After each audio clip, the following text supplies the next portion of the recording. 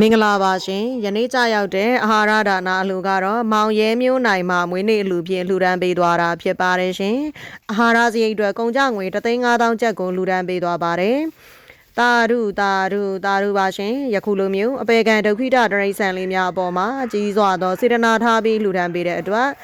စေတနာရှင်မွေးနေ့ရှင်မောင်ရဲမျိုးနိုင်လည်းမွေးနေ့မှစ၍နောက်နှစ်ပေါင်းများစွာတိုင်ကိုယ်စိတ်နှပြချမ်းသာချမ်းသာကြပါစေရှင်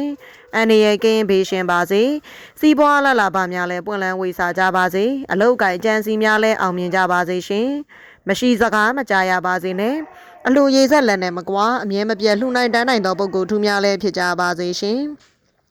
ရရှိပြီးသောစီးစိမ်ရတနာဥစ္စာအပေါင်းတို့သည်လည်းတည်တံ့၍ပြန့်ပွားတိုးတက်ပါစေသူတော်ကောင်းများလဲဆောင်ရှောက်ကြပါစေရှင်ရတနာရွှေငွေဥစ္စာပစ္စည်းများလည်းဝင်လာမဆဲတသေးသေးဖြစ်ကြ၍အိမ်အပြည့်ငွေရှမ်းပြီးကောင်းမွန်ကုသိုလ်များကိုလည်းဆင့်ကဲပြုလုပ်နိုင်ကြပါစေကောင်းသောဂုဏ်သတင်းများနဲ့မှွေပြန်ကြော်သောပါစေရှင်ရေလိုအင်း၍ပန်းလိုလန်းဆန်းသောဘဝများကိုလည်းပိုင်ဆိုင်ကြပါစေကတ်ကြီး3ပါးပေရန်သူမျိုး5ပါးပေနှင့်တကွာအတိုက်ခိုက်နှောက်ယှက်အမျိုးမျိုးသောဘေးရန်တို့မှလည်းကင်းဝေးကြပါစေလို့ကျမတို့ရွှေရောင်နှလုံးသားမိသားစုမှစုမွန်ကောင်းတောင်းပေးလိုက်ပါတယ်ရှင်အခုဆိုရင်တော့ channel ကဂီလာနာတရွဆွဲခွေကလေးများရဲ့ထမင်းစားချိန်ပဲဖြစ်ပါတယ်လှူဒန်းမှုအတွက်ကျေးဇူးအထူးပင်တင်ရှိပါတယ်ရှင်